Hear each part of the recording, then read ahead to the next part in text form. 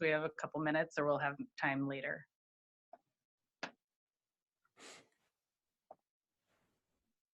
Any questions? No? All right.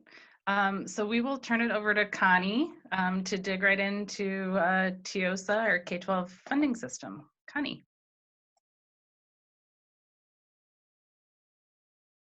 Okay, my presentation is called Teeosa 101. And before we get started with Teeosa 101, I thought I would give you a little bit of background on where we're at and how this all started. So in 1967, there was a School Foundation and Equalization Act, and that was the first comprehensive school funding reform measure. Prior to that, school funding was based on property taxes. The School Foundation and Equalization Act composed of foundation aid, equalization aid, and incentive aid, but it never came close to funding its goal of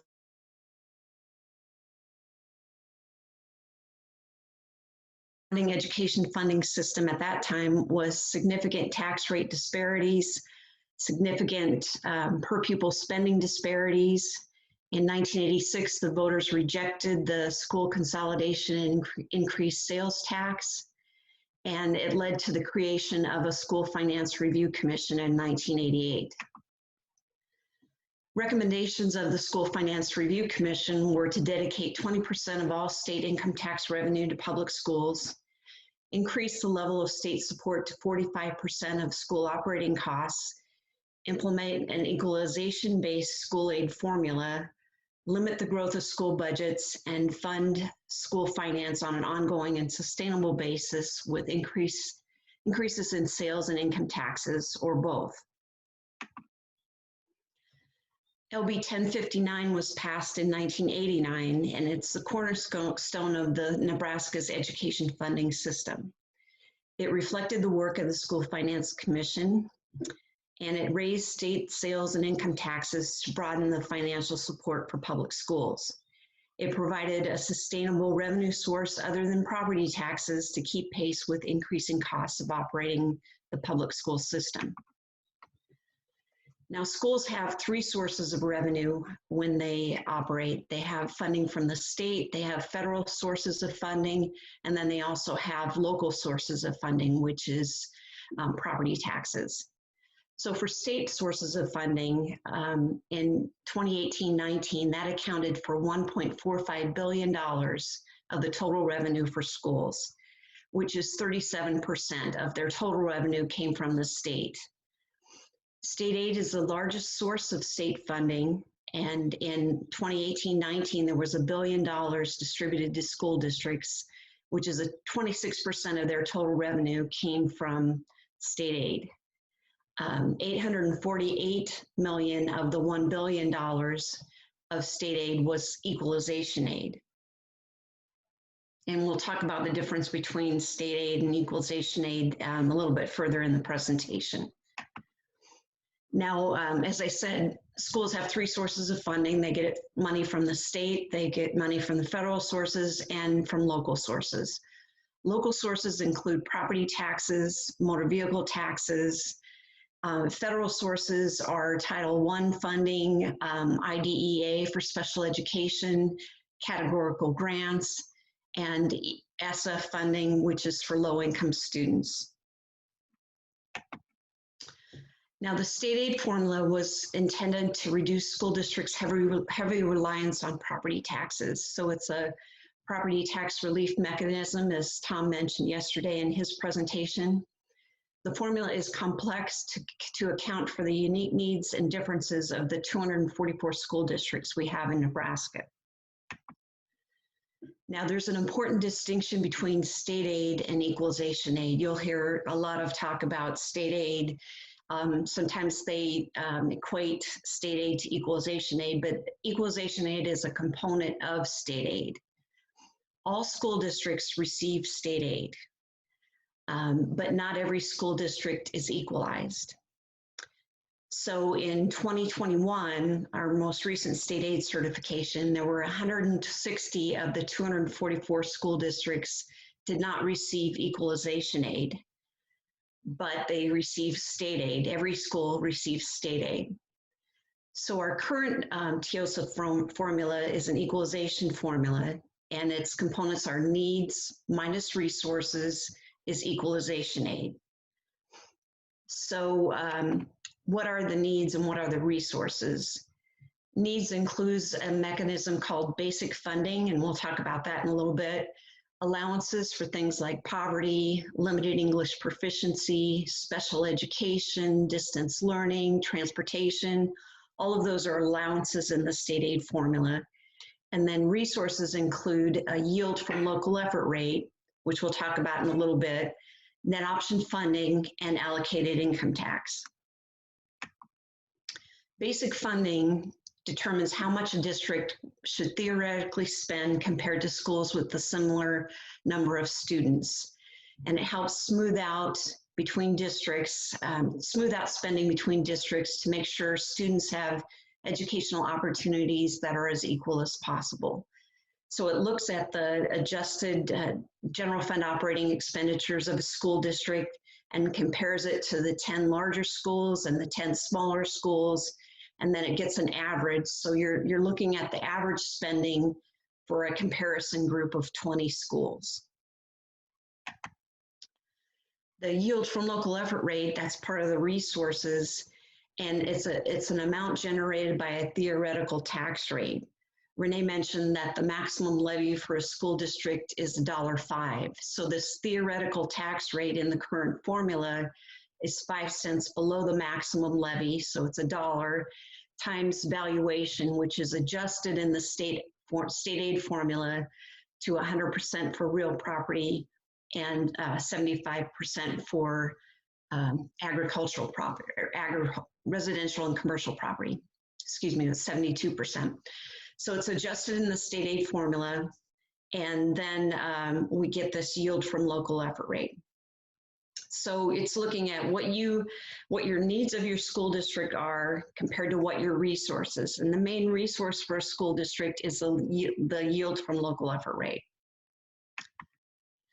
Net option funding is also a component in the state aid formula, and we have students that want to attend school in a district that's different than where they reside. So there's a mechanism in the formula called net option funding. So if you have more students coming into your district than are leaving your district through net option funding, if you have a positive number of students coming in, you get what's called net option funding. And it's the statewide average basic funding per student times the positive number of students you have coming into your district. That's called net option funding. So regardless of whether you receive equalization aid or not, net option funding is a resource that goes to a district that has more students coming from outside of their district boundary than they have leaving their district. So this is a way to make up for the property taxes that aren't generated to educate these students. So that's a component in the formula for net option funding. And then we also have a mechanism called allocated income tax, where a percentage of the income tax collected on district residents gets returned to that district. And that's equal to 2.23% of the sales and income tax generated in your school district. So when I say every school district receives state aid, that means every school district is getting a portion of their income tax going back to their district, which is the 2.23%. So even if you're not equalized, you will always get allocated income tax. So when we talk about the state aid formula, we have equalization aid, net option funding, allocated income tax. That's the total that's paid out through state aid to school districts. Now, when we talk about non-equalized school districts, those are districts that have more resources, meaning their valuation is larger, and they, in the formula, it's deemed that they don't need as much aid from the state because they have so much resources, so they become non-equalized. So as I said before, 160 of the 244 school districts throughout the state are not equalized in 2021. So how this inequity plays out, you'll look at this graph where we show equalized school districts and a non-equalized school district. So for equalized school districts, 42.8% of what they receive comes from property taxes. And then they have other local receipts, like we talked about, motor vehicle taxes and things like that. And that equals about 7%. So really 50% comes, for an equalized district, comes from local sources. Federal sources for an equalized district are about 6%, and then state aid is 33.57% of what they receive for an equalized district. So then you compare that to a non-equalized school district, and you can see local property taxes and other local receipts make up close to 80% of the revenue that they receive.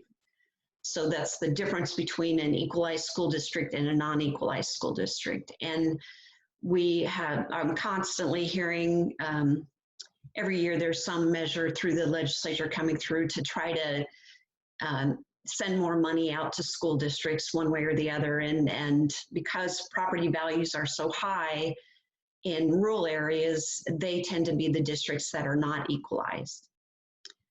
So when you look at equalized districts versus non-equalized districts, for equalized districts, they tend to be mostly urban and tribal land districts.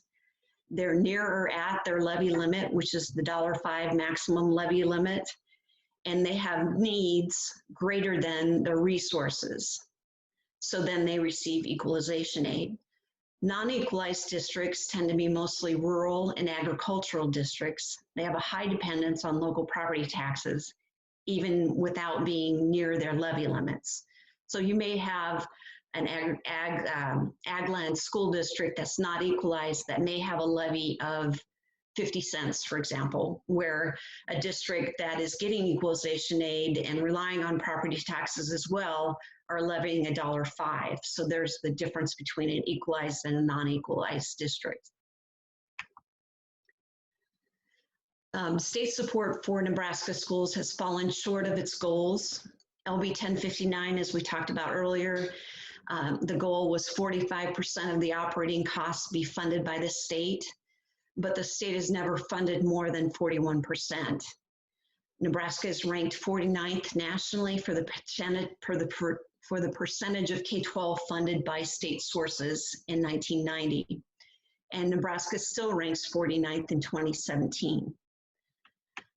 So if you look at this graphically, in 92-93, 55% of the funding for schools, or 56.5% of the funding for schools came from local sources, 38.8% came from state sources, and 4.7% came from federal sources. And then you compare that to 2017-18, and we're really right about the same. The state has not quite met those funding goals for school districts. So if you look at us, how we compare to other states for the average of how we're funding our school districts, Nebraska ranks second in the nation in reliance on local property taxes. And we're 49th in the nation in our state funding for schools. Where if you look at the state's average for all other states, they rely 47% basically for local sources, and the state contributes about 45%. So that's how we compare to other states. Now, Tom mentioned yesterday about the property tax relief measure of the Teeosa formula, and state aid and local taxes have mirrored each other through the years. So the top line, the yellow line, is local taxes, and the blue line is state aid. So you can see when state aid goes up, property taxes go down, and then when property taxes go up, state aid has gone down. So you can see that they mirror each other over time. So states that rely heavily on property taxes to fund schools tend to have large gaps across districts in the amount of money that's spent per pupil to educate the children. Nebraska's formula attempts to equalize resources by sending more state money to those districts that have less in property value and more needs, meaning more students in the school district. However, even after state support is included, school districts with high property values are able to spend nearly twice as much per pupil as those with low property values.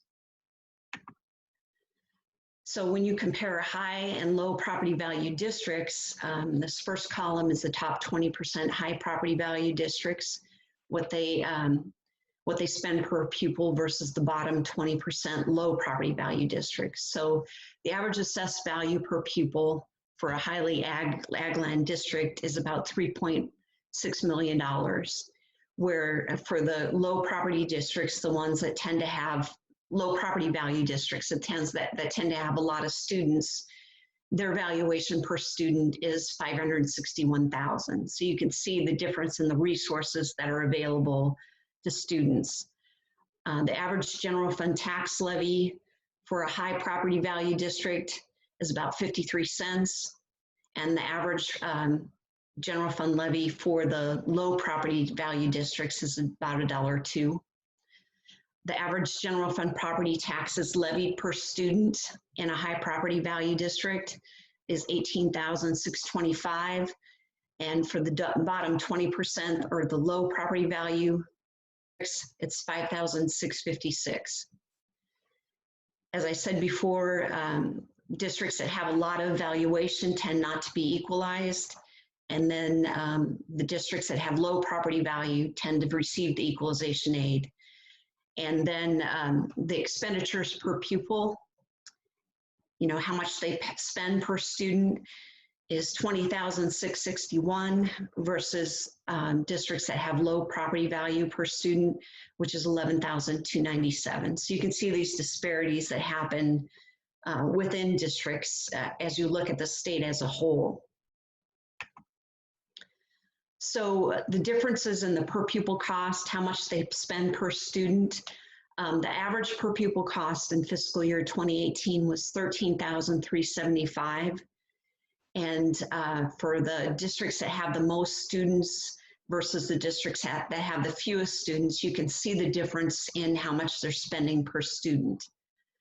Largest district is Omaha Public Schools. They spend $12,100 per student. And you have a district that, like the Sand Hills Public Schools, that only has 85 students, where they spend $28,783 per student. So migration patterns place cost pressures on rural and urban schools alike. And a legislative fiscal office study said the average growth in school general fund disbursements from 1987 to 1997 was 5.7%, and from 2007 to 2017 it was 3.5%. So for districts that are losing students, they have a lot of ag land, a lot of resources, they still have to provide the education for students. So to open their doors to get students in, they can't reduce the number of teachers because they have to offer all of the classes. They have to be a complete school district, so their costs tend to be higher. Schools that are urban can have economies of scale, but they have a lot of students that have a lot of needs that come into the school districts, so you'll see these disparities. But schools school spending is below historical averages. So schools aren't spending a lot of money, but how they're being funded, there's differences in that, as we'll see in a little bit. So if you look at school spending as a share of the economy, so per $1,000 of Nebraska personal income, you can see in fiscal year 93, we spent about $40 per $1,000 of personal income was going to school spending. That has declined over time, and in 2017 it's about $37 per student. So as a share of the economy, we're not increasing as we go through. We're spending less for school spending over time. So courts have left the decision to the legislature to address inequities in educational opportunities. The Nebraska Constitution requires the legislature to provide free instruction in the common schools of the state, but the Constitution does not define how to provide equity in educational opportunities. So the state aid formula is not necessarily broken. We've had it for a long time, and it makes sense that you look at the needs of a school versus what they have to spend, and you create an equalization formula. But it has never really been allowed to work as intended because it changes almost every year to fit the budget of the state. So as a result, it has never met the state goal of 45% state funding going to school districts. And schools continue to be heavily reliant on local resources, more than any other state in the country. So when the legislature comes back in July, they probably will bring up the school funding system again. And the measure that they have currently on the floor is LB 1106, as Renee mentioned earlier. And it's projected to cost about $519 million over 3 years.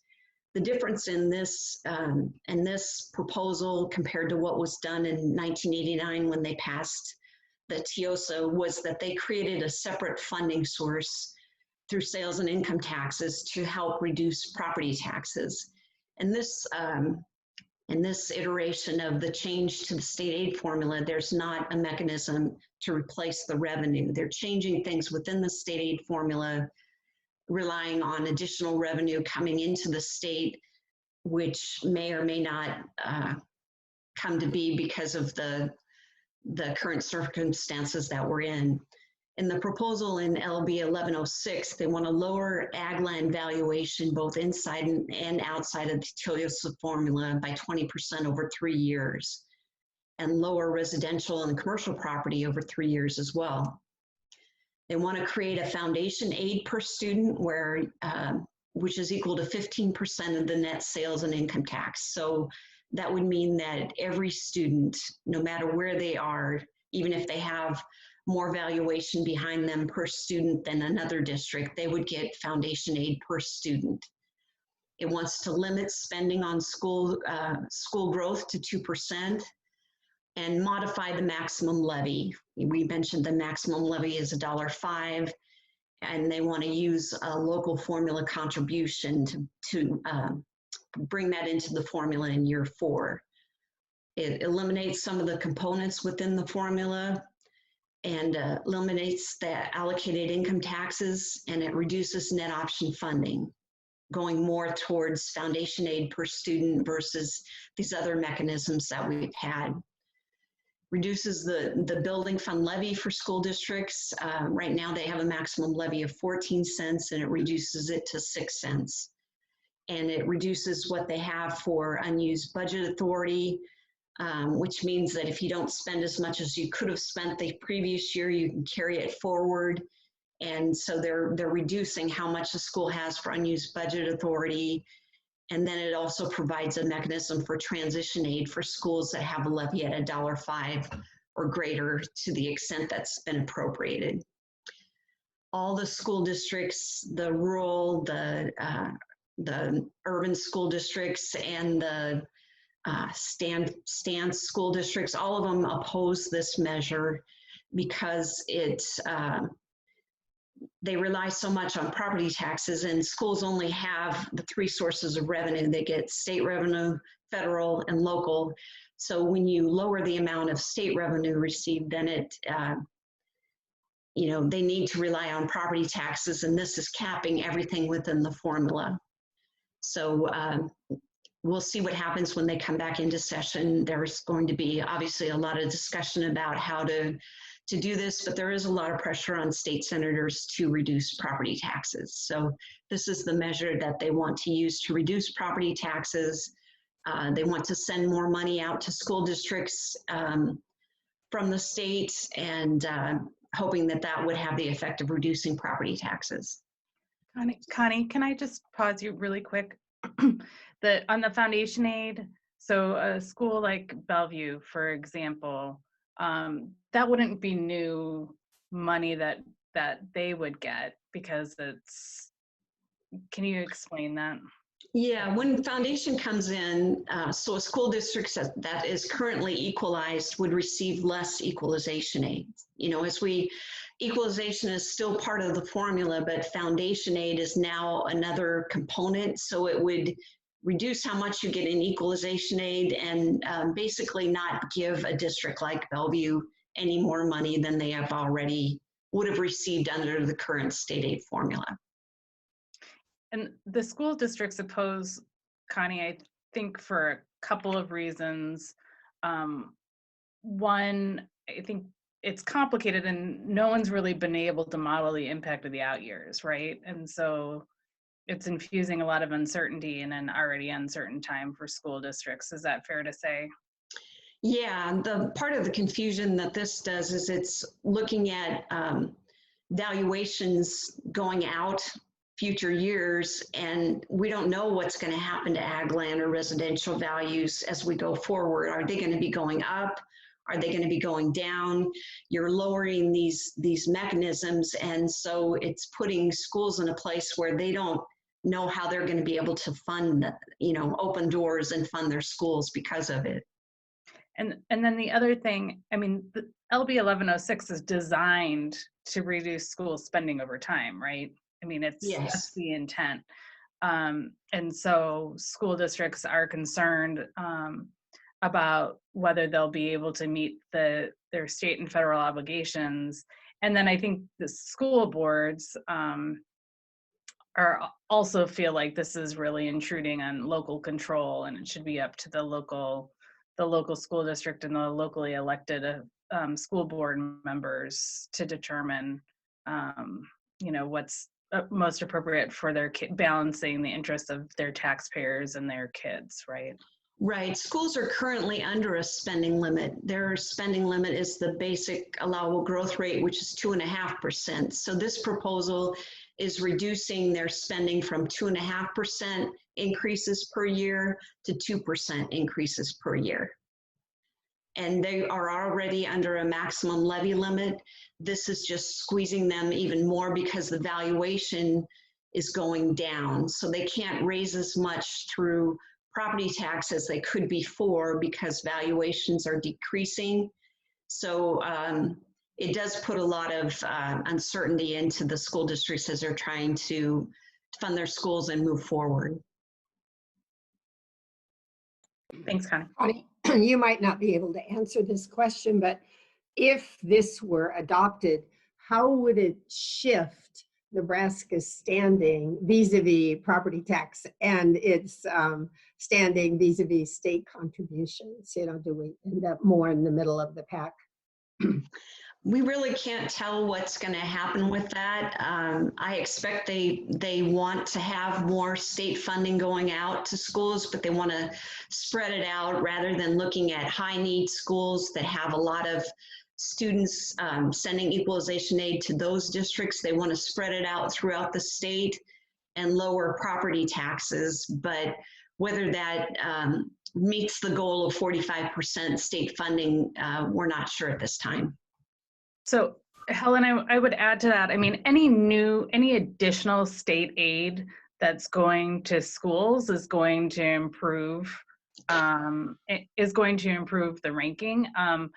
The two concerns that we would have is, one, again, this is built on projected revenue growth, and to the extent that that is essentially going to be wiped out, if they do this but then have to cut Teeosa and cut equalization aid or something like that to fund it, then we may not actually gain anything, right? It may just be a shift from funding going to equalized schools to more funding going to non-equalized schools, but might not actually increase the size of the pie because there isn't a dedicated revenue source for it like there was with Teeosa originally, if that makes sense. Yes, it makes a lot of sense. And by some estimates too, I've seen that the effect on property tax is actually quite minimal. So I don't know if it takes us out of the, you know, top ranks there anyway. You know, it ranges from one district to another, but in some cases like 0.6%, another it might be all the way up to 7%. Yeah, absolutely. it does vary from district to district quite a bit. But again, over time, it does reduce their spending, which is where there's a universal concern that it just may tie their hands and limit their ability to, fund something that they're required to. And something that's come up recently too, that I think is a good point in a lot of communities, the school is the biggest employer. And so if 80% of school budgets are going toward staffing. And so if they have to lay people off, that's only going to exacerbate the economic stress right now. So that's another concern. And another thing that the formula does is, for Lincoln, for example, valuations increase as the city expands, their valuation increases. And so the school district relies on the increases in valuation to help pay for their costs. So they keep their levy the same, but they're actually accessing it on more valuation because the city is growing. But if you're reducing valuation over time, you're not letting the school district take advantage of the growth in the valuation to pay for the cost of having more students coming in and infrastructure and all the things that happen because of a growing district. So those are things that would be affected if something like this were to come into place. I got a couple of questions. First, is there some kind of magic line between funding K to 12 and the university education systems, or can that money be mixed? Can we divert some from university to K to 12? Renee, I'll let you. Yeah. So Rick, funding for the university state funding for the university is completely discretionary. So state funding for K-12 education, so they are completely separate. K-12 K-12 funding is on this formula called Teeosa that Connie's been talking about. The legislature, every time that we don't have the revenue to fully fund that Teeosa formula, they change the formula, but you still have a formula that predominantly drives how much funding is going to K-12 education. That's completely different. The state funding for higher ed is totally discretionary. And so, yeah, they could eliminate, if the legislature wanted to, they could eliminate funding for state funding for higher ed. I don't think that they ever would, but they could. They're completely separate. Okay, and the 45% goal, that's just strictly K to 12. Yeah. Second question, we talked about a maximum levy of $1.05 for education. And is that over, or does that include bonds? For instance, can you have $1.05 and then have a bond on top of it? Yeah, a bond is on top of the $1.05. That's outside of the maximum levy limit. So the bonds are voted by the people. And if the people want to raise taxes to build a new school or whatever they're using the bond issue for, then that is outside of the $1.05 maximum. So when we really talk about expanding districts and new schools and everything, those would probably be handled more by the bond. But then it gets back to the number one thing I hear when I go door to door is reduce property taxes, and then but of course, it's, as was mentioned earlier, 60% of your property tax is that per education, various educations, and a lot of that is driven by bonds, which the people are approving. I don't know if I've heard about one that's not. So it's kind of a tough spot. But one last question: has Open Sky ever looked at the impact of school choice on school costs? Well, that's the net option funding component in the state aid formula is school choice that we have, where if you live in one district and you don't want to go to school where you reside, you can opt into another school. Is that what you're talking about? Or no, the actual school choice I'm talking about is a tax break for sending your child to a private school. Oh. So you're actually talking about the Opportunity scholarship tax credits. The tax credits? Yes, tax credits, yes. Yeah, and so we've actually we've done a fair amount of work looking at the tax credits.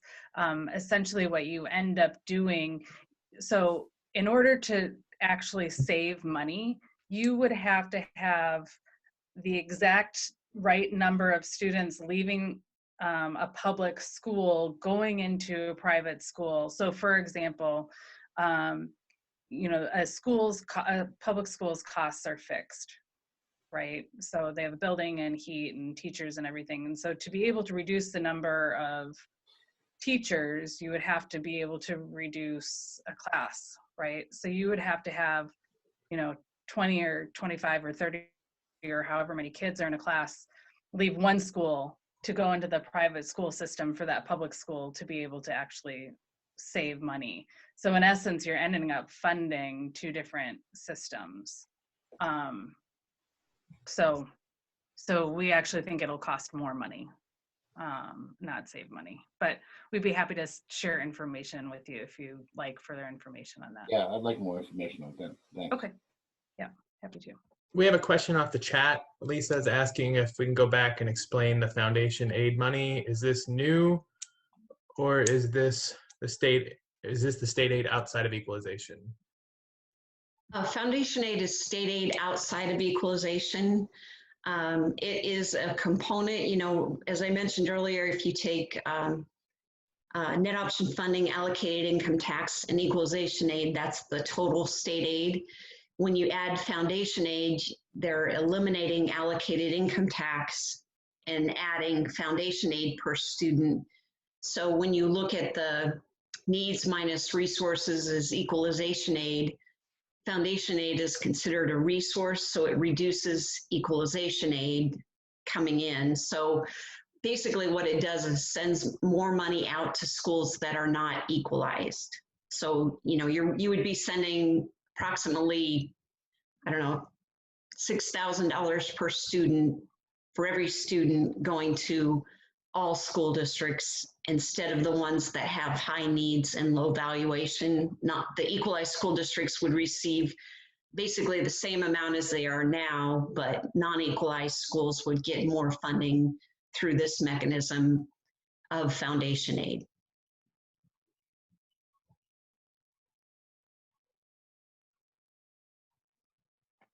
Lisa, did that answer your question? Well, I personally am still a little confused, but you know, that is complicated. Let me see if I can summarize what you said. So the foundation aid has always been there? No, it Okay. was part of the Foundation and Equalization Act in 1967. But then when they passed the Teeosa formula that we have currently, or, you know, in 1989, they got rid of foundation aid and went through this equalization formula where you do the needs minus resources is equalization aid. Right. Okay. Lisa, so a lot of states have foundation aid. Uh-huh. The challenge in Nebraska, I think, is that we, because we rank so low in the percentage of state funding that goes to fund K-12 education, our K-12 formula ends up working overtime to provide that equalization aid. Mm-hmm. And so again, you know, foundation aid that's going to support students in all school districts Mm-hmm. Would make sense if we were funding our, you know, if we could guarantee that it isn't going to negatively impact those schools that also relies so heavily on state aid, if that makes sense. And so part of the concern is, okay, if we're using projected revenue growth, which is essentially now gone, right? If we're relying on that, then the potential is, and we mentioned this earlier with Helen's question, if we end up having to cut equalization aid in Teeosa to fund LB 1106, and we have more money going to, so we have funding going to foundation aid to non-equalized districts at the expense of students in equalized districts, And then those equalized districts have, either have to make drastic cuts or raise their property taxes if the legislature said, okay, you can go above $1.05. Then in Rick's district, those property taxes are going to go higher, right? And that's part of the challenge that we're facing right now with that projected revenue growth having essentially disappeared. Mhm.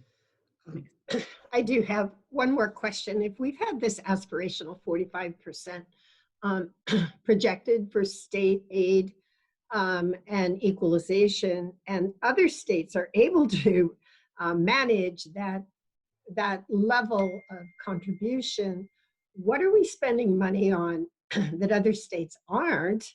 Or where are our revenue sources so much lower, that it's making a difference? Like, why haven't we been able to reach our goal?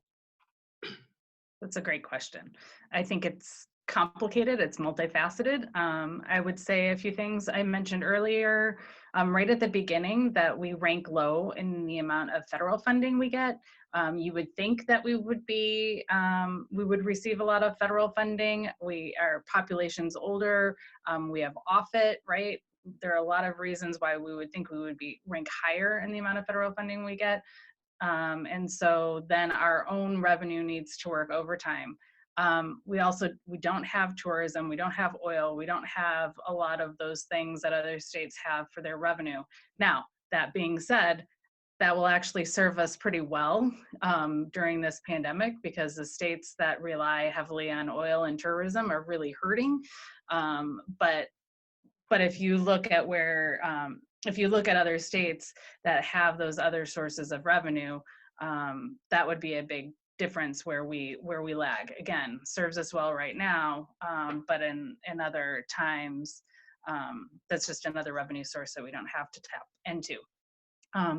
Then I mentioned services. We could broaden our sales tax base, and if we use that to put more money into Teeosa, we could reduce property taxes that way. And that would be probably our biggest recommendation, would be broadening that sales tax base to tax more services. And then we rank really high in how much we spend on business tax incentives. And so that, the tax expenditures that we have, the business incentives, we rank high. And then we have some other income tax expenditures and sales tax expenditures that just narrows our tax base. Which is why it's really important to have a regular conversation about those tax expenditures, so that we're looking to see that those still make sense policy-wise, because it is revenue that we're not bringing in that could be used to reduce other revenue or, increase services, whichever route the legislature wants to go. So, any Open Sky folks, anything else I missed? Now, what 1106 would do, the current proposal, when they lower the valuation for agricultural land by 20%, and they lower residential value by 13% over a 3-year period of time, what that will do is increase the property tax levy. So then you won't see as much disparity. So you may be in a rural district, and then instead of a 50-cent levy, you're gonna pay maybe a 75-cent levy. So your levy's going to go up, but that your value's going down. So you should ultimately pay less in taxes, is the theory in that mechanism. But valuation is something that fluctuates pretty fluidly with the market. So we don't know what's going to happen in the future to valuation. And if you're basing that premise, and you're providing aid to school districts on something that you're anticipating to happen, that's when it gets a little bit shaky going forward.